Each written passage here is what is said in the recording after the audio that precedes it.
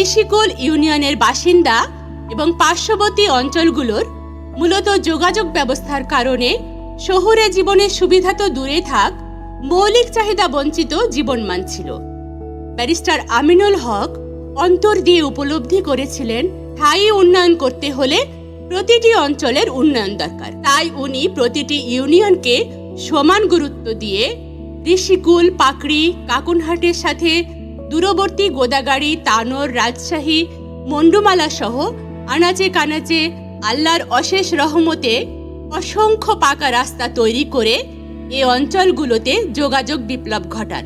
দেশের প্রতিটি ইউনিয়নে একটি করে উপস্বাস্থ্য কেন্দ্র হলেও ঋষিকুল এবং বাসুদেবপুর ইউনিয়নে 2টি করে উপস্বাস্থ্য কেন্দ্র বাংলাদেশে বিরল। সুচিকিৎসার জন্য মান্ডইল উপস্বাস্থ্য কেন্দ্র ও ঋষিকুল উপস্বাস্থ্য কেন্দ্র নির্মাণ করেন। উচ্চশিক্ষার জন্য 24 নগর কলেজ প্রতিষ্ঠা ও এমপিওভুক্ত করেন।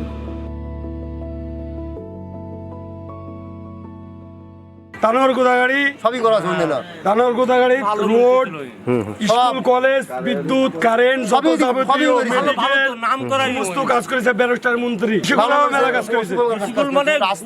তানোর গোদাগাড়ি